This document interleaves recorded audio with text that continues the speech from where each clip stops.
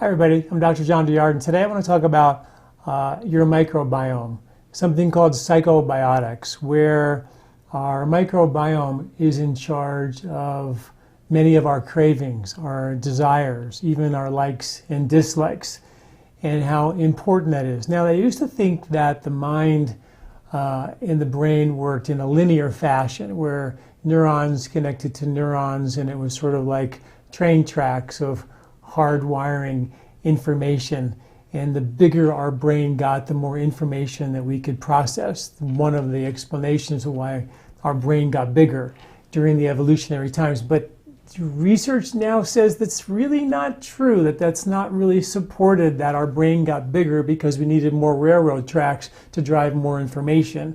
They're actually finding out now that the brain works much more in a quantum way, sort of at the speed of light, in a way that that happens instantaneously.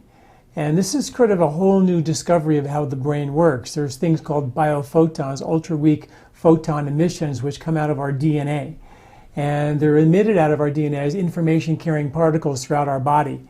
And they're photons, so they're actually very, very subtle. They function either as waveforms or they function as particles. So they really function at that junction between our kind of physical material world and that field of intelligence, consciousness, or the unified zero-point field theories that exist beneath this material world we live in.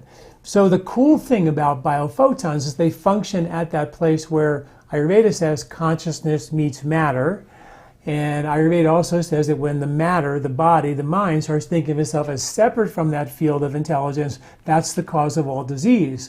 So actually having these biophotons be now newly discovered ways of how the body communicates is sort of very interesting, because they also discovered that these photons are affected by our intention. So if we have an intention, like a prayer or something, that they could actually affect the quality of those biophotons, which could explain why prayer works at great distances, why distance healing works. It can explain a lot of the things that we can't measure with railroad tracks, having everything connect. It's much more of a quantum understanding of how it all works, which is really quite beautiful. So when you think about the cravings that we have, we know that the bugs in your gut are craving, sugar. And if you have a lot of bugs in your gut that are really good at delivering sugar, because you've been eating sugar or starch for your whole life, now you have a stable of bugs that are really good at delivering sugar into your bloodstream. We have an epidemic of prediabetes in our culture because we have so many of these really good bugs. Well, now the question is, how do these bugs send a message to your brain that says, hey, how do I get that message that I want sugar? Is it through the vagus nerve, more railroad tracks? Or is it a quantum expression or a quantum desire? Well, we know if you sever the vagus nerve, the message to the brain that I want sugar continues. So it's not only railroad tracks, it definitely is railroad tracks, but it's also something quantum. So anything that has DNA can release these biophotons. And they can be either coherent or incoherent. Incoherent ones come when you're stressed out, and they can actually do damage. But when you meditate, do yoga, and breathe, you actually create what are called coherent biophotons, which makes sense that they are the ones that are more impressionable to intention, that they can be morphed or changed by our intention. So if we know that our intention can affect the quality of these biophotons, which are information-carrying molecules inside particles inside of our body, that actually are emitted and outside of our body. In other words, we transmit them and receive them constantly throughout the day. And they can be the communication molecules for communicating at great distances. The studies show that if you're thinking about going to lunch with somebody, that already my biophotons are interacting with that person, even though I haven't seen them yet. So by the time you actually meet them for the first time to have lunch with them, you've already met them thousands of times through your biophoton interactions. It happens what Einstein called spooky action at a distance, which happens instantaneously at great distances. So this is sort of the world of quantum physics. But something that Ayurveda talked about, very, very, deeply, that as we go more subtle, the effect becomes more profound. And you can't see a biophoton. You can't see a microbe or the microbiome. You can't see the circadian rhythms, but they're all there, and they're governing a whole lot to do with who we are and how we live. So when you think about your cravings and your desires, you're thinking that this is probably your bug sending biophotons saying that I'm not feeling it because I'm not getting, the sugar frosted flakes or whatever it is that you feel that you need. Now we also know that the bugs in the gut change from one season to the next, right? So we have fiber eating bugs in the spring and carbohydrate eating bugs in the summer, which is really why it's really important for us to make those seasonal dietary adjustments. Because if you just feed it with carb, or fiber, or fat, you lose the natural circadian rhythms. Nature has an annual nutritional cycle. It takes a year for all those needs to be met. More carbs in the end of summer, and more protein in the winter, and more fat maybe in the spring to help. And that kind of fat is you burning your own fat because there's no food to be had in the spring. It's pretty austere in the early spring, late winter, and how the diet changes from one season to the next is really critically important, because if you only eat the same food, you end up with a stable of bugs that are only good at doing that one thing, and you overwhelm the body's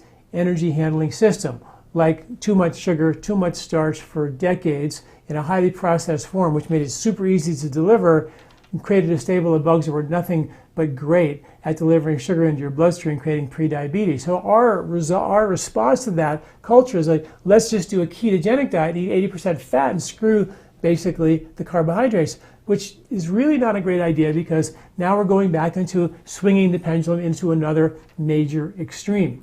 And there are studies show the long-term effects of ketogenesis have issues. Great medicinal diet, and a great diet to do every spring, by engaging in calorie restriction without starvation, to force the body to burn its own fat and change the fuel supply. All the excess you got all winter to store and insulate, you can burn off in the spring by eating less, fasting, calorie restricting, all those kinds of things. So it's a beautiful ebb and flow, and all these diets make sense, but the goal is that the bugs are sort of running the show. They keep us alive so they can stay alive. And we want to make sure that we change the guard on a seasonal basis. Otherwise, we get too many bugs of one type that causes overwhelm and overuse and imbalance in the physical body. So we have to make those changes. So that's why that's why I wrote a book called The 3-Season Diet. Nobody really read it. Enough people didn't move the needle, change the culture as I hoped. So we put the diet in sections. Every month we put out a grocery list and a recipe list and a superfood list for free every month of the year. It's called the 3-Season Diet Eating Guide. Get it at my website at lifespa.com. It's all for free. And I list all the foods you should be eating in the season, what are the herbs that are happening and what the benefits are, what nature's trying to make happen every season, and really awesome recipes for you to get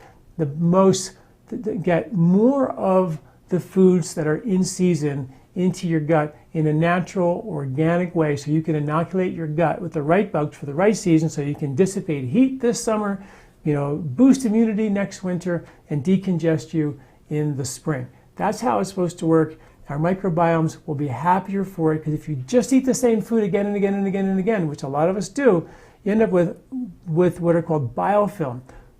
Bugs that are colonies of bugs that just become way more powerful. They're like clubs, or associations that become way more powerful than they should, because everybody in that club thinks alike and does exactly the same thing. Everybody likes to be around people that think like them, right? Well, that's what bugs do too. They kind of gather together in these biofilms that actually can cause real harm, because they don't let the microbial diversity stay intact. All of a sudden we have big pockets of one type and not another, and that creates an imbalance. And that was taken care of in nature by the circadian rhythms of seasonal eating, getting the bugs from the soil to the plant to your gut at the right time, at the right year. So that's the name of the game, guys. Really simple, and that can help solve your craving issues. If you have cravings, you probably have too many of those bugs that are happening in a quantum way. So boom, instantaneously at the speed of light, they want a Snickers bar, you're going to want a Snickers bar. All right, thanks for listening. I'll talk to you all next week. I'm Dr. John Douillard. Check us out at lifespa.com.